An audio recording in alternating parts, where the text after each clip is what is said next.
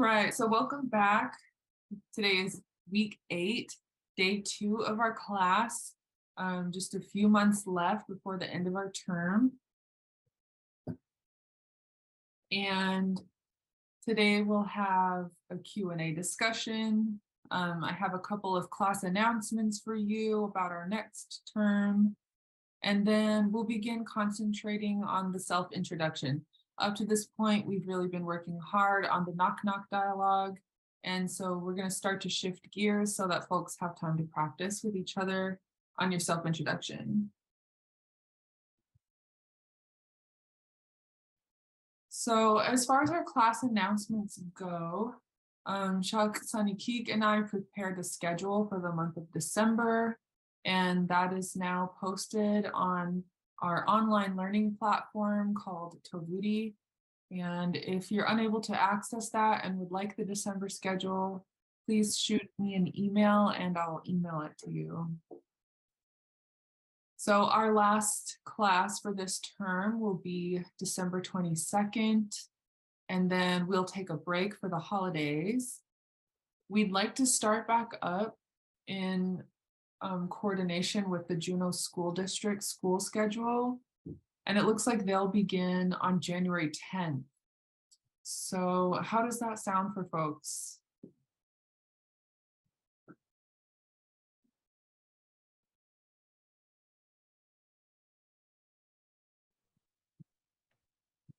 I'm expanding my screen, so if I missed your nod, okay, I'm seeing thumbs up. Thumbs up, okay. All right, well, we'll shoot for January 10th as the beginning of part 2 of our beginning Lingit class. It'd be open to new student, new people. That's right. The part 2 will also be open to new people. And so if you have friends that want to start learning, please do let them know they're welcome to join. They don't have to have taken part 1 in order to join us for part 2. Okay. Are there any other questions or comments from folks regarding our class content or our upcoming schedules?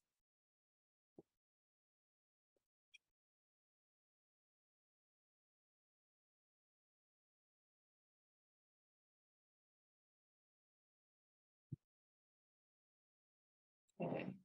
I see some messages in the chat that say sounds good. So we'll go ahead and move along. If you have a question, please feel free to let us know as we go.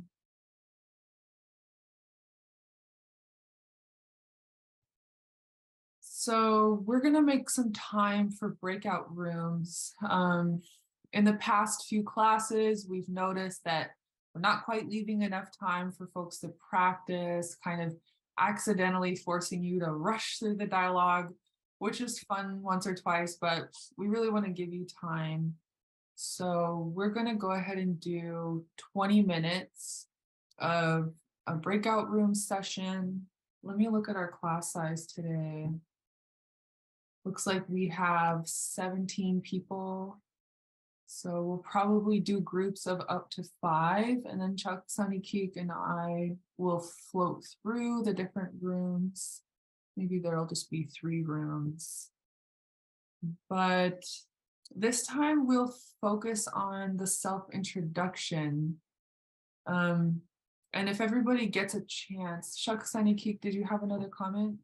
Yeah. Hopefully we'll get more people. And it was something I wanted to say, and I kept forgetting. For those of you that know me, I was born and raised in Huna. And the people of Huna, we were kind of lucky when the white man began to come to our country. They kind of left us alone in Huna because we didn't have gold. So they didn't come around to start digging up our land. But they didn't know that our gold was the salmon and the fishing and things like that there. And weren't able to keep a secret for a long time. But so we were, they say in history that Huna was quite a large village, which meant we had about 1,000 before the white man came. And it stayed, I think it's kind of stayed around that in Huna. So it's a pretty unspoiled way of living and talking, except for the teachers that came among us. It was pretty easy for us to continue the way we were. So, but when the teachers began to teach the young people to speak another language, the old people began to pick up on it. And when they saw us or talked to the young people, they assumed we didn't know Tlingit and tried to speak in the English language. And this was something I was called on when I started teaching. And because of the way the old people spoke, they couldn't say "and," so school became schoon. And words like that, English words that became kind of Tlingit. We don't have F's. We don't have B's, P's, M's, R's, V. Of course, we have a lot of X. We don't have Z, those kind of letters. So it was really difficult for the old people to say those words that had those letters in it. So we were talking about words that the old people used that has now become part of the language. And that is, to me, as a language teacher, is very good because we start adding words to our language. And one of the words that I was teaching that some people didn't like was coffee. That's coffee. And they said it with a X and WI coffee. So they accused me of making fun of the old people, but that wasn't it at all. It was something that, as young people that lived in Huna, accepted, and we used it too in talking to the old people. So that it has become a part of the language, and it's kind of sad because we quit making up new words and adapting the language because they forced us to quit speaking the language. And the government almost succeeded in that, but that's another story. But when we go over some of these words, and I tell you how the old people said it, and it was well understood by the young people, by the kids. And we talk to them that way too. So I'm not making fun of the old people in the way they try to use English. It's just I feel that these are really wonderful additional words to our language, and to keep it growing, it's something we need. And the intelligence that the old people had for using making up new words for new things, and how they did it, if they did it in a meeting or in a get together, or how they did it, I don't know. But we do have a lot of words that the ones that I really admire is the words they use for made up words for things. And when I made a list of these words, I came to realize that the words they chose for describing these things were items that were really useful, but had to take a human to make it work. So just from memory, I think hita, it's a broom. A broom doesn't work by itself unless you use it. And please notice a double A at the end of the word. Kukwa, a cup. A cup is really useful, but it takes a human to make it more useful. Kuhida, pencil. Pencil is wonderful, but it takes a human hand to make it work. And see, now a light. So those are just a few examples. It's a cloth.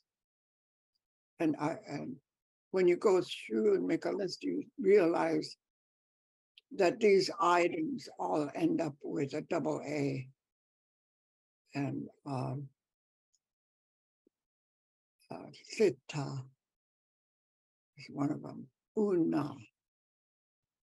So there's a lot of those words. I think it's very interesting, and I pass this on to others, but nobody does any more work on it. And the words they try to make up for the new things we have, they really struggle because it really is.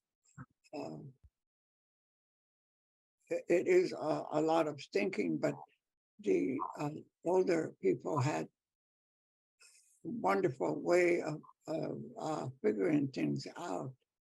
So things that some other things were atu,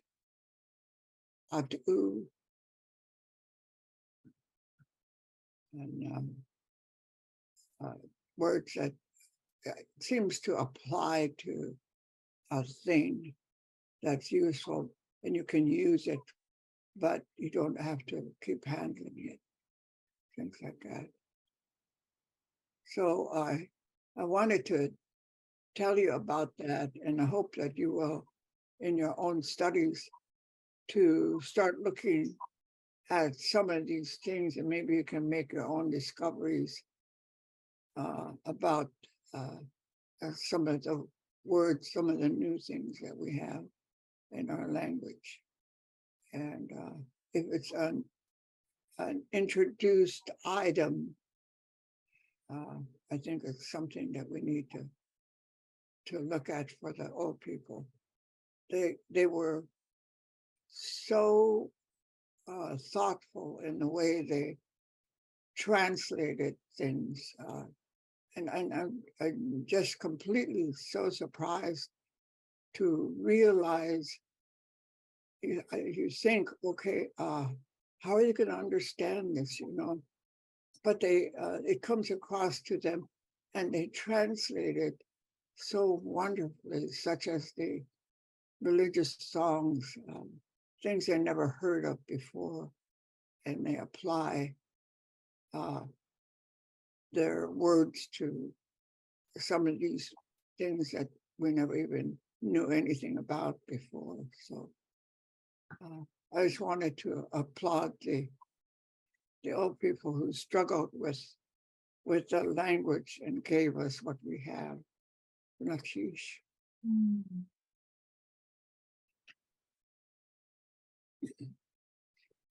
Gunnar ha in kinigi. Plachwasa yak a sautu achi yat adat. Thanks for sharing that with us. It's really good to hear you talk about it for us. I know that personally, when I started learning Tlingit, I heard the words kahwe and gukwa and kuhida, but I didn't learn the history behind the way that old people translated these introduced items into Tlingit so that we would have a way to talk about them in the language. Yeah. Yeah, it's wonderful that they quickly identified things that were useful, but took a human to make it work. Mm. And the double A ending applied to all of those. Mm. Yeah, that's, I don't know, nobody has written any rules about that, but I kind of imagine that was something that was important enough to come up with and make it work. So. Mm. That is so cool.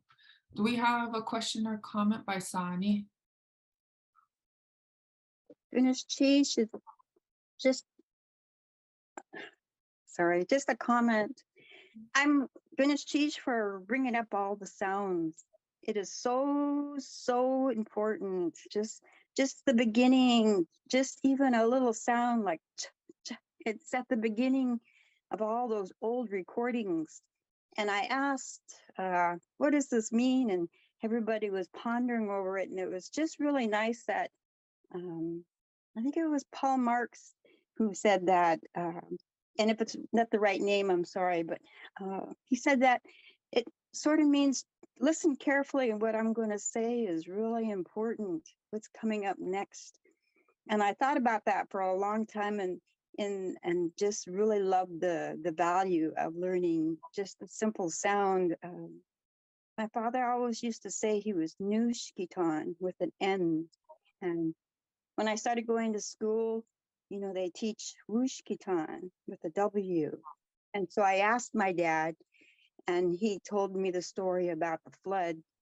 And he told me about the fort that they had built up on the mountain there by, you know, Icy Straits area. And so he says that we're the people that survived. And so that's why he called it Nushkitan. I have no idea, but these are just wonderful thoughts that go with just a simple sound. And don't ever let anybody come along and say it's not right. Oh, it's so important. It's just one little sound, and if you leave it out, you leave out a valuable part of history. So I just wanted to add that comment and say, goodness, cheese, thank you for bringing that up.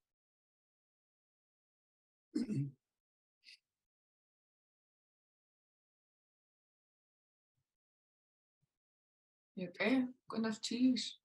Are there any other questions or comments from folks?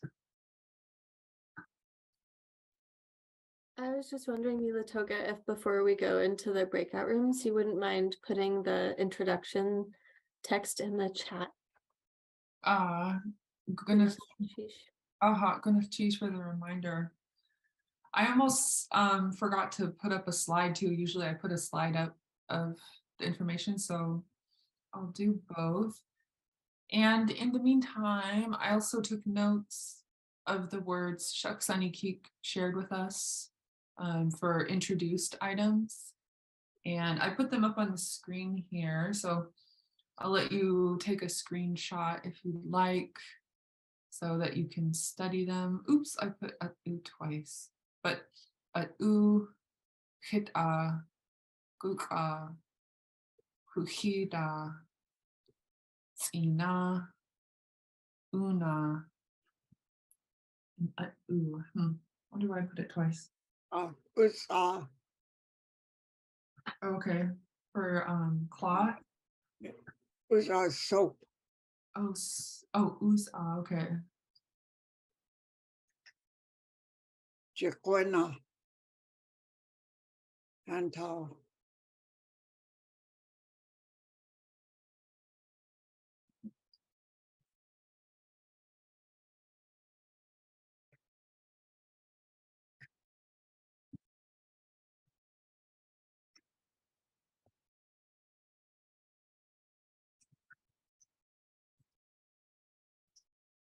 Do a spell check on soap.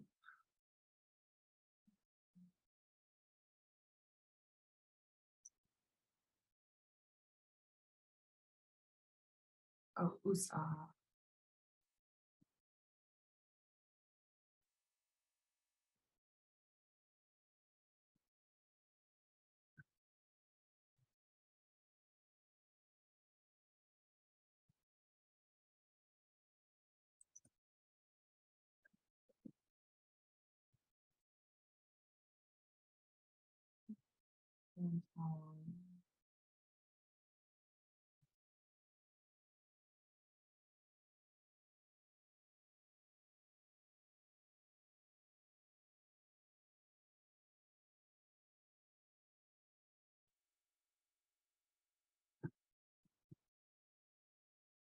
So I'm just adding these two to this slide. Chiquena and USA.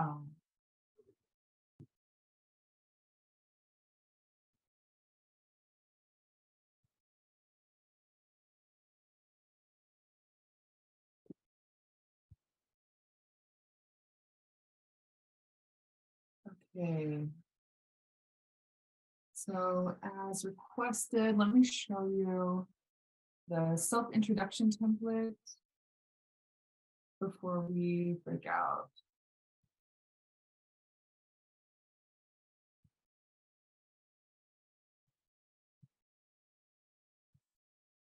So I put the self-introduction that we've used so far on the screen here, and I'll also paste it in the chat, but go ahead and take a screenshot if you'd like, and I'll practice mine for you so you can hear the pronunciation.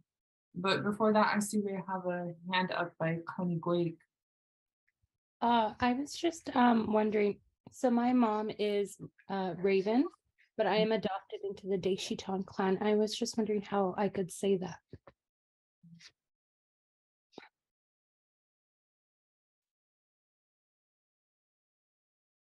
Was your mom was a Deshi Tong too? No, my mom is just a Raven clan. I live in Canada, so I'm in the Yukon, and the two moieties are wolf and crow. But I was adopted into the Deshiton clan. Okay. Yeah, you could say from Canada, my mother was Raven, of the Raven clan, and I was adopted too. See, how do you say adoption?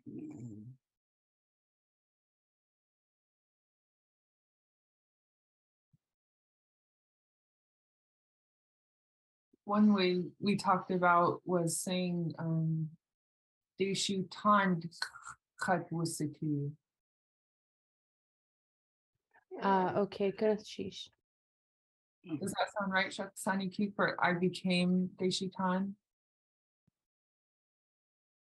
Underline X, Deshi Tong. Okay. Deshu Tan. No, underline X, Mhm, Deshi Tong. mhm. Okay. I'll write it in the chat. Goodness, sheesh. Or on the slide, I mean. So yours might look like this.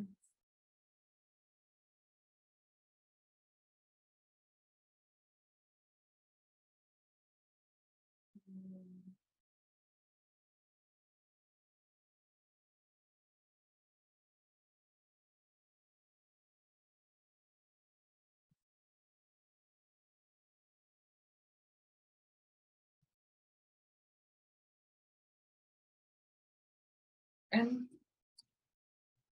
I think you can say for if your mom was from the interior, I think you can say "Dakka Shingit Kudach." Ayacha Kwashak Saniki. I'm from among the interior Shingit. Dakka Shingit Kudach.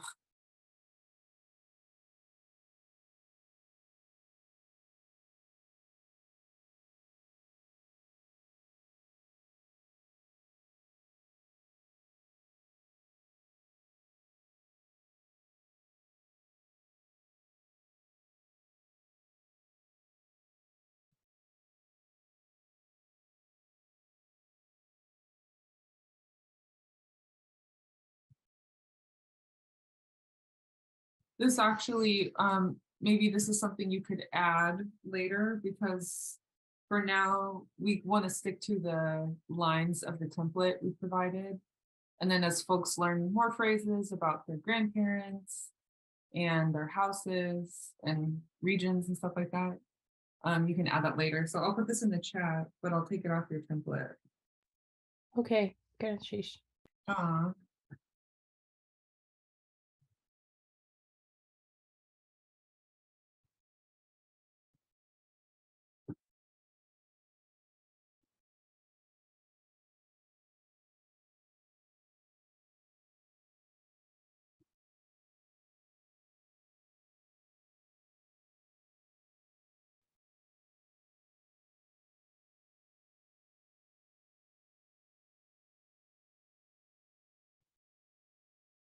Are there any other questions about the self-introduction before we go to breakout rooms?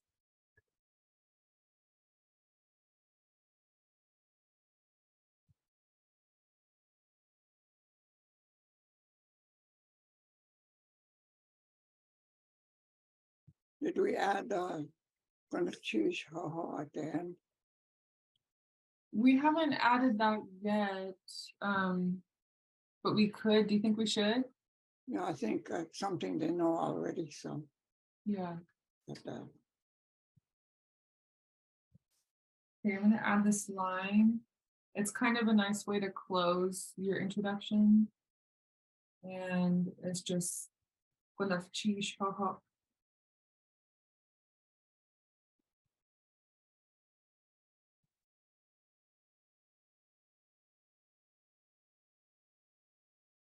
I'm pretty sure that ho is a borrowed phrase because we don't have a single O.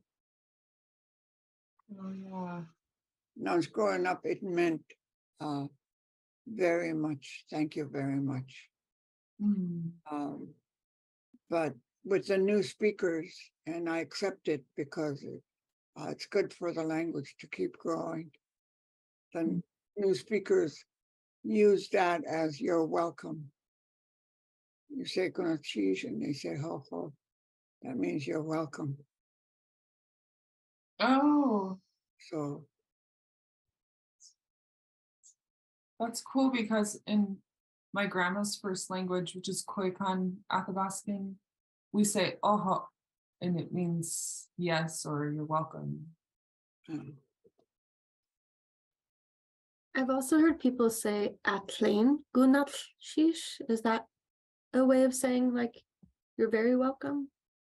Or thank you a lot? Atlain means a great big thank you. Gunat shish. Yeah, some of the speakers today use I don't, and it's hard for me to accept, but I think it might be coming into use is gonna cheese.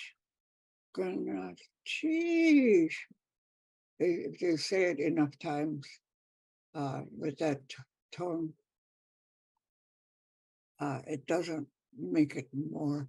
The old people used to say, a big thank you, Atain gonna cheese, or gonna cheese, kind of was enough to let the people know.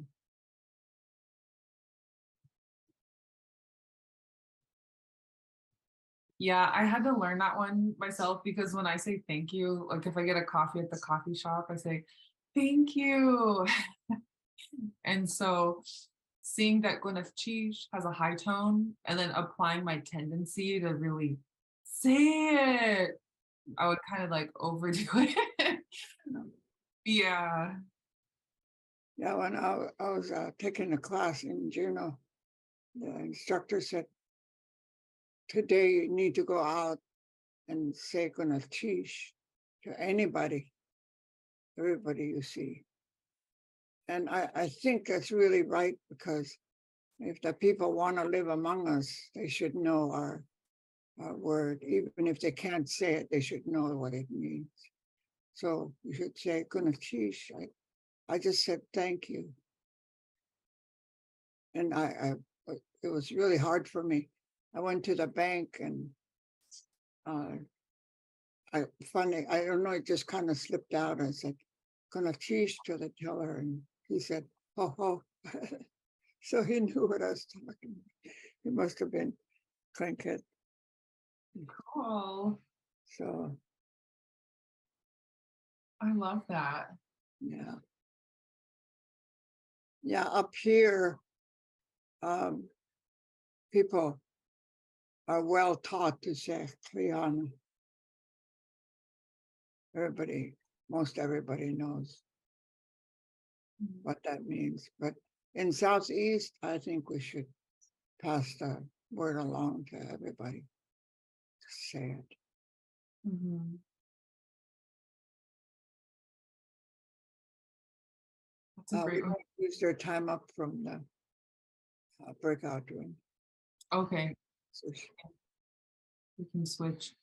Okay, folks, I also put the knock knock dialogue on the screen for you to practice in case you already nail your self-introduction and everybody in your group is wanting to change it up. So I'll put this in the chat as well. And Kachgun, can we please have breakout rooms of, okay, we have a group size of 23 now. I still think groups up to up to 5 would be good. Okay, perfect. I just opened them up. That was fun. How did folks feel about it? 2 thumbs up, 1 thumb up, hearts, head nods. Looking good. And Shuk Sunny Keek, you're muted right now. If you have closing thoughts, I wonder if Alan could unmute you. No, okay. That's good. Well, so homework for tonight is to continue practicing your self-introduction. The groups I was able to visit had really good questions and did really well working together. So I feel proud of you guys. Thank you for coming here and have a great rest of your day. We'll see you on Tuesday here at 12 p.m. Cheese. Atien Ganastis.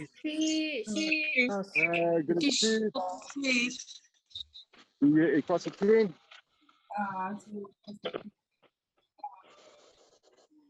Beneshish, Suye Kwasatini.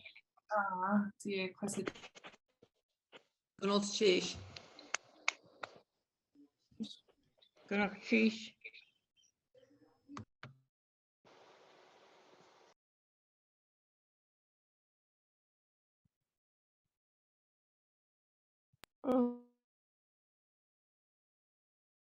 Okay, anything you want to say before we close out?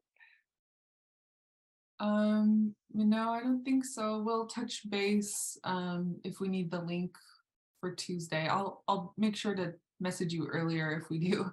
Okay, sounds good. Alrighty, hope you all have a great weekend. Thank you. You too. Thank you. Ganesh Cheesh.